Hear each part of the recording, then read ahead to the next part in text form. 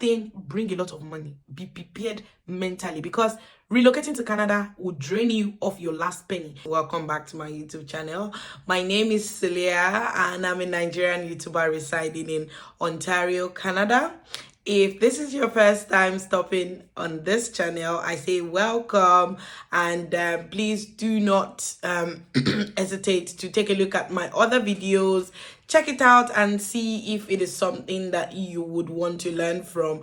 And if you're a returning subscriber, I say thank you so much for always sticking around, always coming back to watch my videos. I appreciate it a lot, and I hope that you've been able to pick one or two from it. So let's get right into today's video.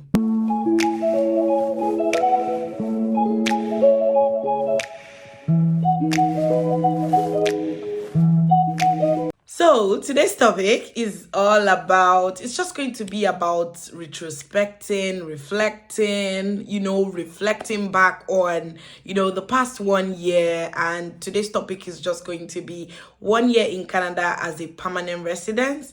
Any regrets? Is it worth it? And any lesson learned?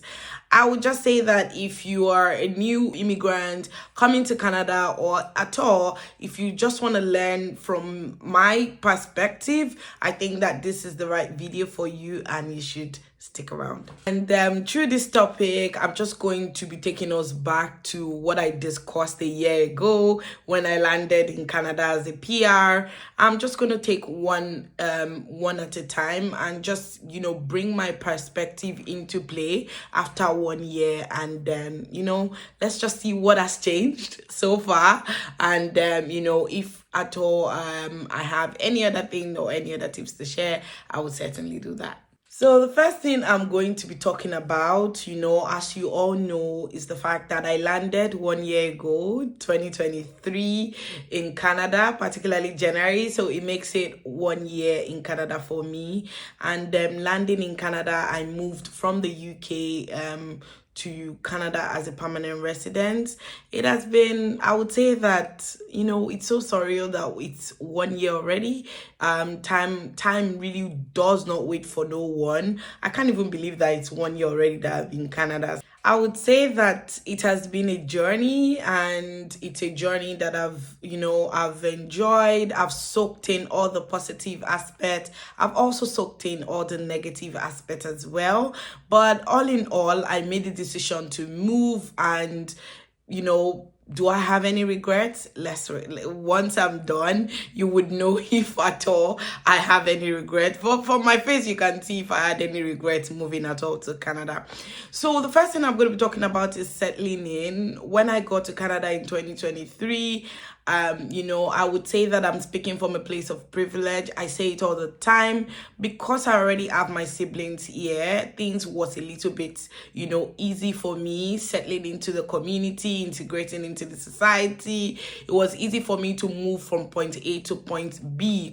There was that soft landing for me. So I would say that moving in and settling in was not much of a big deal. So I did not really feel that sort of feeling when you move to a new place and someone is telling you, oh no, I think I want to go back. I'm better off being back home than being here. But I think that I never got to feel that way because, like I said, I'm speaking from a place of privilege, and I'm thankful for my siblings that they held it in for me and my family when we first landed in 2023. And then when we landed, the next thing that comes to everybody's mind is, how are we going to settle in, get our own place? How are we going to, get a job, like fully integrate into the system?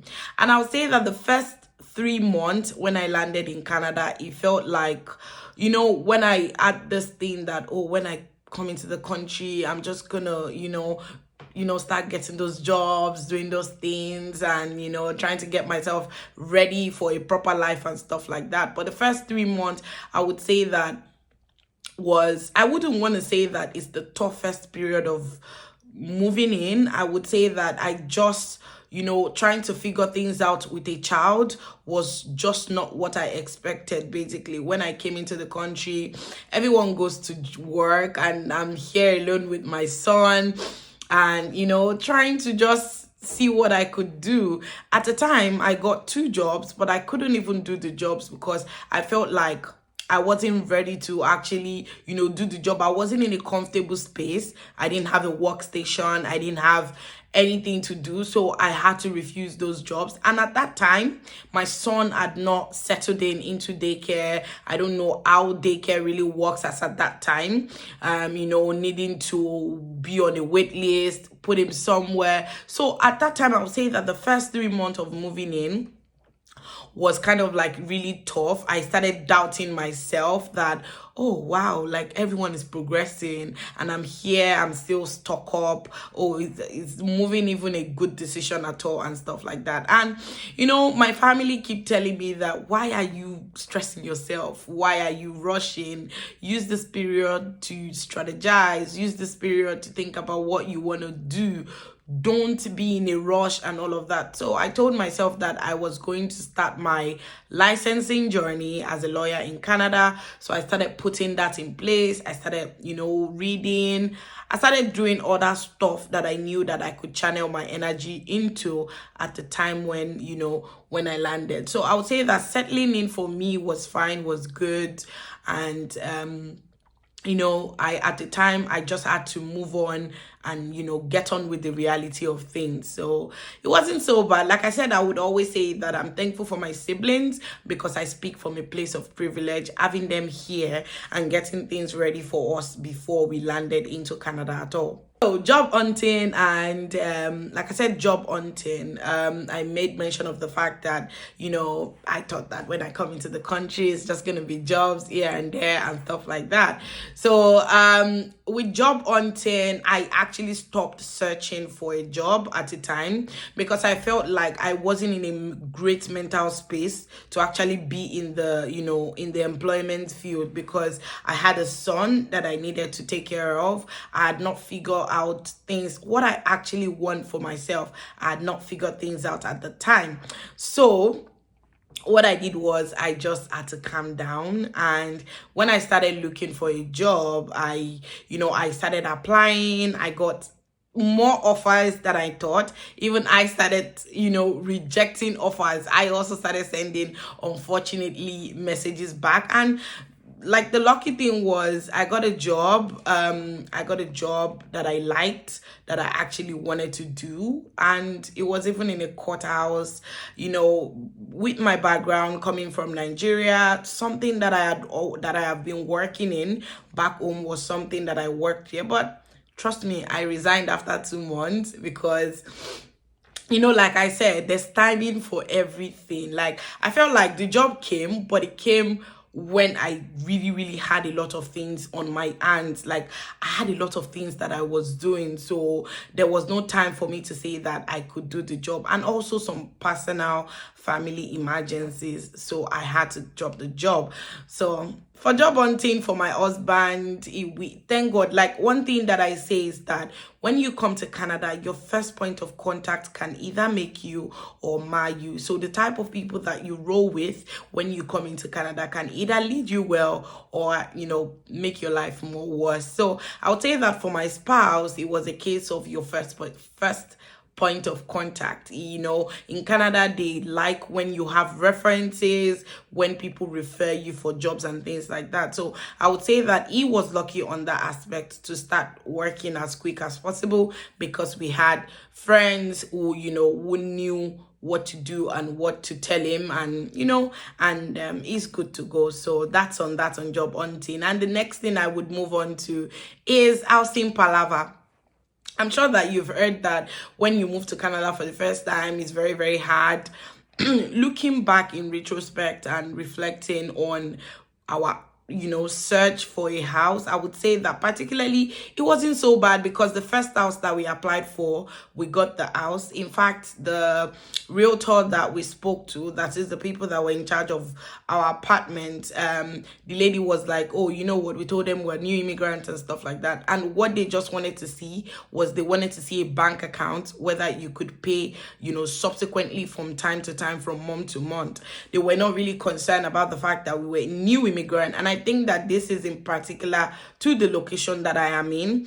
So I would say that we did not really struggle much. In fact, the house that we got was like 5 minutes away to my sister's house, and my brother lives like second floor to the house. So it was so good. And I would say that like I said, I would always say that my journey to Canada is sort of some sort of it comes with some sort of goodness, like blessings from God. Like we just keep stumbling on favor. So our house hunt wasn't so bad. We didn't really, struggle to get an apartment and all of that.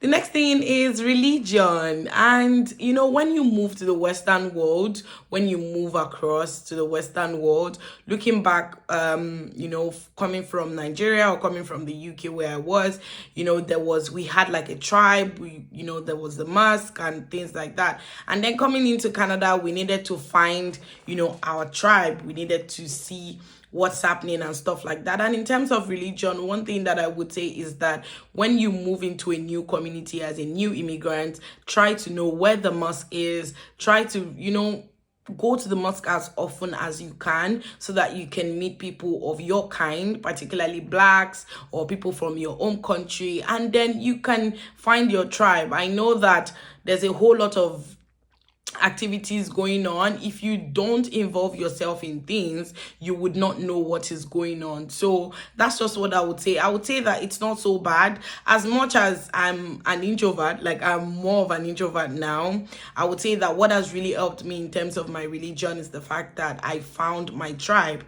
And even in my community here where I stay, we have like Nigerian Muslim community. They have like groups, they do like monthly meetups, monthly things like that we can also contribute to each other. And also there's also the general masjid. It doesn't really necessarily has to be that your Nigerian community. You can also do so much more in your local mosque and things like that. I could remember that when my husband first went to the mosque here, it was the imam that, the imam just walked up to him. He was very kind. He said, "Oh, you're in Nigeria. There's another Nigerian brother that I would also like to introduce to you." And trust me, the brother that was introduced to my husband is a very, very good person.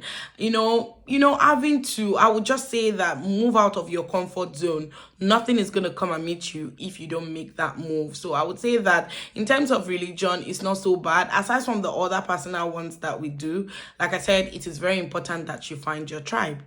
So the next one is childcare.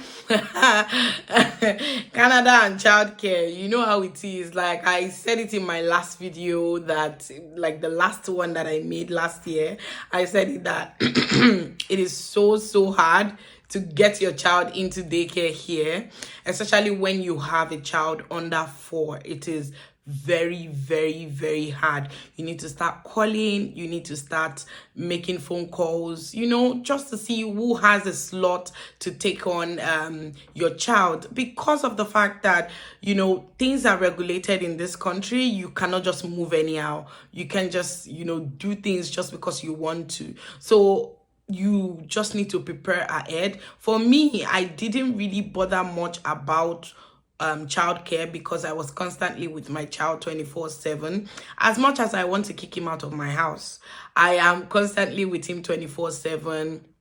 He's growing, and I didn't mind, quite frankly. I made an attempt to get him into daycare at one point in time, but I found that most of those daycares were like 30 minutes, 40 minutes by bus to my place of residence. And quite frankly, I don't think that I want to be on a bus for 1 hour going back and forth to pick my child when we can use that 1 hour to rest and do all other things in the house. So I would say that with childcare, nothing really has changed. Like I would say that my experience basically was just me, I think just taking things at a time.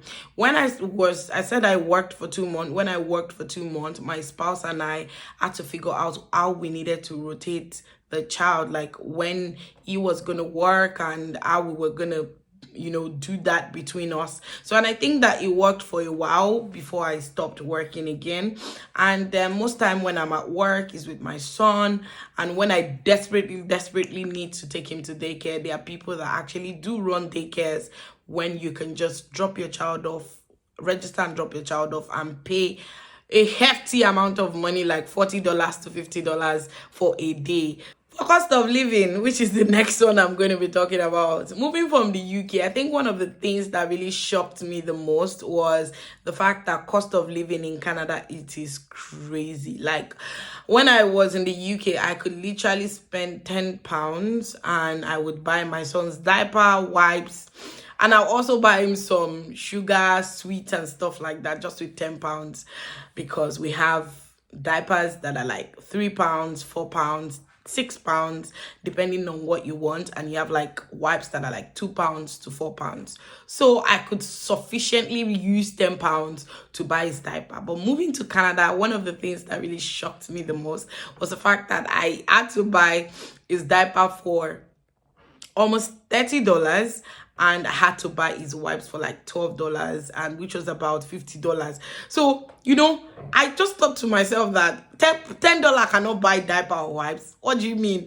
So cost of living, and that's just an example of what I'm trying to say with cost of living. Cost of living in Canada, it is not beans. Like, it is crazy. So the best thing that we had to do was we had to kind of like shop for like a month. So we did. Anytime we want to go shopping, we make a list and we buy what we need, so we are not spending more. And trust me, in a month we could be spending almost 600 to 700 Canadian dollars to shop for a month, because you need this. You also have a child, you have to buy food stuff, African food sometimes, gops a whole lot, and that's just in the bare minimum. I'm not adding up the miscellaneous, like the things that you just randomly buy out of the blues. So I would say that with cost of living, nothing has changed. It's still the same. Do I have any regret about that? We are coping. So that's just what it is with the cost of living. So the next one is healthcare, medical appointments, and stuff like that. I'm pretty sure that you've heard a lot of things about the fact that people say that, to get a doctor in Canada is crazy, to get medical appointment or more you go sweat and things like that and stuff like that. But the truth of the matter is that I think that because of the location that I am in, I got a family doctor pretty quick. Anytime I call my family doctor, can I come in today? They want me, yes, it is fine, you can come in today. If my son is sick, you can actually do call in, and then they can book you in to see your son. So I would say that my family doctor is really, really efficient. Like, the only aspect where I felt like, okay, there was some sort of delay, at least an hour to 2 hours, was when I wanted to use the emergency services twice. And the first one, I was so sick that I could barely talk. And, I got to the emergency. We sat for like an hour. Was it up to an hour? I think. But we sat for up to that amount of time before they could see us. And when my son was actually sick as well, that was about maybe like 30 to 40 minutes. I'll say that those are the only two instances. And when you go to the lab as well, when you want to do your blood works and things like that, it takes a longer time for them to answer you because there's quite a lot of crowd. I could remember the last time I went to do my blood work, we got there around 7 or 6. And we think we're like number 13 or number 14. Like, there was quite a lot of people also waiting. And they were, what it means when you're number 13, you have a lot of people behind you. So I think that those, like, the only thing that I would say in terms of medical appointment, I've not really had a very terrible story or terrible thing to say. But I would say that in terms of medical appointment and family doctors, seeing your doctors, I've had it a little bit good. Maybe because, like I said, because of the location that I am in. Transportation and entering a bus. Last year, I said that for you to move from point A to point B, it's like traveling from Lagos to Ibadan. If you're a Nigerian, you understand what I'm saying. It is crazy. Like, it's not a walk in the park. Like, you literally have to know how to drive when you want to come to Canada. Like, I would say this, for even if you are coming from Nigeria, learn how to drive, get your extract, like, do the things that you need to do, because it is very, very hard for you to go by if you don't know how to drive in Canada, because it's such a long thing during the winter. Like, even you would struggle. Like, it's a whole lot. The busing system here, I would say that it's not so bad. I enjoy the busing system in the UK and back home as well in Nigeria. You know, it's easy to get a bus anywhere, but coming to Canada, you need to time yourself. You need to prepare ahead to get a bus so that the bus doesn't leave you. When I used to, you know, work, I used to take a bus from my house to my office, because my office is just a single bus that takes me from my house to my office, and it was fair. But the sad thing about it is I used 56 minutes on the bus when I could actually drive 20 minutes with my car to work. So it's just, you know, it's a whole lot. And I would say that get your, like I said earlier, for if you're coming from Nigeria, get your extract, get your license, so that when you come here, it is easy for you to do few lessons and get into the system. I drive now, and the first time I went to do my test, I failed, and this was because I panicked. I think I was going through a lot at that time when I went to do my test. And don't get me wrong, I paid like quite a lot of money to an instructor to teach me how to, you know, like maneuver and stuff like that. So when I failed again, like I felt like, what is this rubbish? Like I cried that day, because I felt like, oh God, I was so exhausted. Like I put my all into this, and considering the fact that I also had an exam at that time, so everything it was just so overwhelming. Like, sorry, I was coughing. It was just so overwhelming, and you know, I told myself that I'm just going to give it a break.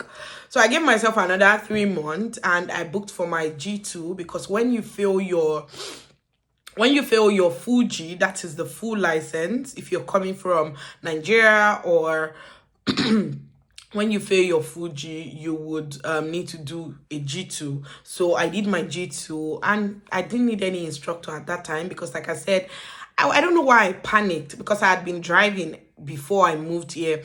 So I passed my G2, and I've been able to move around, and I can tell you that the difference is really, really good. Like, I can't remember like the last time I took a bus, quite frankly, because, you know, moving around in the winter, I have a son, is well covered, and, you know, I just needed to drive around, go to the shop, drive around. So I'll say that with that, like, just hold your license, learn to drive. It's a skill.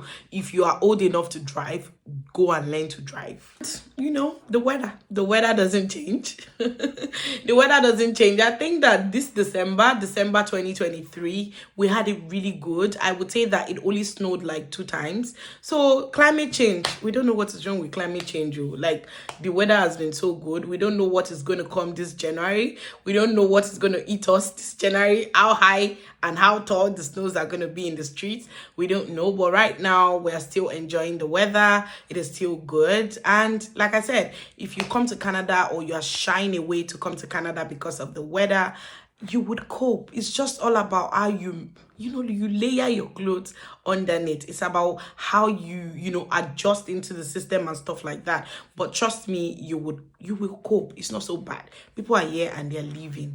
I've been shocked with anything. To be honest, I don't know, because I'm coming from UK and moving here, I don't think I'm shocked. I have been shocked by anything. Even when I worked in a courthouse, like the Superior Court of Justice in Canada, and you know, it was so good. My job process was so good. So I wouldn't say that even my colleagues, working with them was so good, except from the fact when they try to tell you, oh, your English is so good, like da da da. But aside from that, I don't think that I was shocked by anything. Like I said, maybe it's the fact that I'm coming from a Western country and I've seen things in a different way, but I wasn't really shocked about anything. I wasn't. So moving on to the final bit of this video, it's advice to newcomers, new immigrants coming to Canada. The first thing that I'm going to say is, please do your research. Like, the internet is there. Google is your friend. Like, go online. There's a whole lot of information flying here and there. Sift out the useful ones and, you know, do the things that are useful for you and apply it, so that when you land, you're not going to struggle much. The second thing is, do not rush. Please take your time. It feels like you are home now. It gives you more time to plan. It gives you more time to strategize. It gives you more time to think.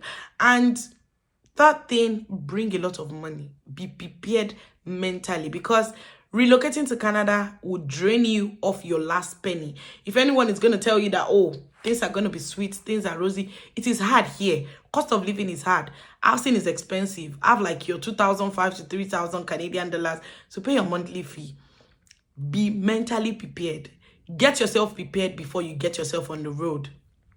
I used 8 months extra in the UK before coming to Canada because I wanted to prepare myself before landing in Canada. So I would say that do not rush. Prepare yourself for anything that is coming. So when it hits you, you are not shocked. The next thing is, it's not a bed of roses. Like, don't think that when you come here, your life is going to miraculously change. Some people are lucky. Their first point of touch the land here, everything goes smooth. It's not going to be the same for everyone. Like I said, in a way, I feel like I talk from a place of privilege because of the fact that I have my siblings that have settled the old ground for me, have made things so swift. That's why I said that I am talking from a place of privilege, but not everyone has anybody to make things easy for them. So, like, just make sure that everything is, how am I going to explain it?